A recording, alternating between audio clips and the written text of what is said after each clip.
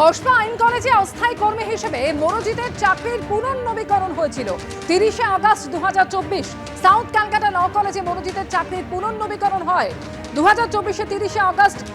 মনোজিতের চাকরির পুনর্নবীকরণের সিদ্ধান্ত নিয়েছিল পরিচালন সমিতি এবং 45 দিন কাজ করার পরে মনোজিতের চাকরি রিনিউয়ের সিদ্ধান্ত নিয়েছিল কলেজের গভর্নিং বডি।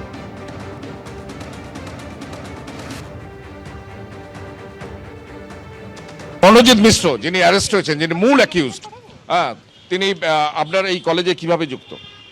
এই কলেজে প্রাক্তন ছাত্র ছিল, তারপরে গভর্নিং বডি অ্যাপয়েন্টমেন্ট মানে ডাইরেকশনে সেদিন আরও দুজনের অ্যাপয়েন্টমেন্ট হয়েছিল, পিওরলি টেম্পোরারি, যেহেতু এরকম ক্লিন করতে হয়, ইয়ে করতে হয়।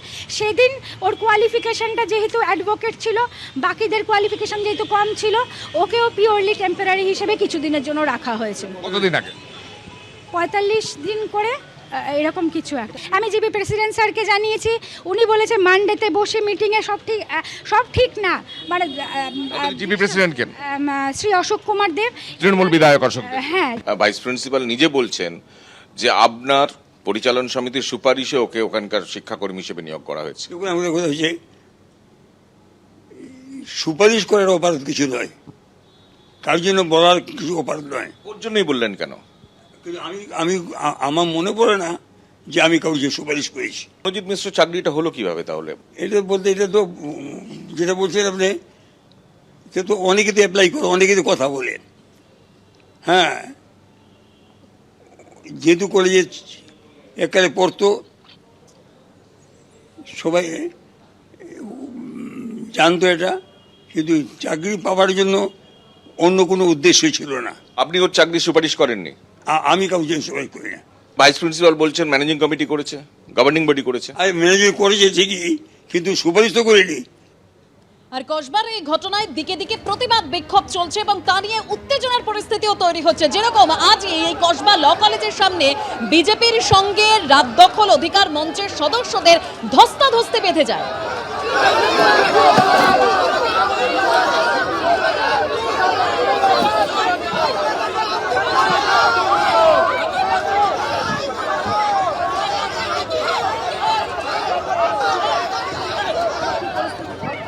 আজকে সাউথ কলকাতা ল কলেজে যে ধর্ষণের ঘটনা ঘটেছে তার প্রতিবাদে আমাদের এই পথসভা ছিল এবং একই সাথে আমরা এই প্রশ্ন রাখছি যে আজকে যারা এই সাউথ কলকাতা ল কলেজের জন্য এত গলা ফাটাচ্ছেন, কি তাদের মধ্যে কিছু জন আজকে এনারা আসিফার কোথায় ছিলেন? বিজেপি আসিফার ঘটনার সময় তারা ধর্ষকদের সমর্থনে যখন বিজেপি জাতীয় পতাকা হাতে মিছিল করেছিল, তখন তারা কোথায় ছিলেন? আপনারা সবাই সামনেই দেখলেন যে কিভাবে তারা হঠাৎ করে এই বিজেপির তারা ঝাঁপিয়ে পড়লেন এবং তারা মেয়েদের ওখানে কিছু জনের জামা ছিঁড়ে দিয়েছেন, তার মেয়েদের গায়ে হাত দিচ্ছেন। সুতরাং আমরা মানে হঠাৎ করে আপনাদের আন্দোলনে সেটা তারাই জানেন। আমরা এখানে যে তার মানেই কোথাও আমরা যে কথাগুলো বলছিলাম সেই কথাগুলো তারাই প্রমাণ করে দিলেন যে আজকে এই নারী বিদ্বেষী একটি দল, এই লিঙ্গ বিদ্বেষী একটি দল, এদের কোনো নৈতিক অধিকার নেই ধর্ষণের বিরুদ্ধে কথা বলার।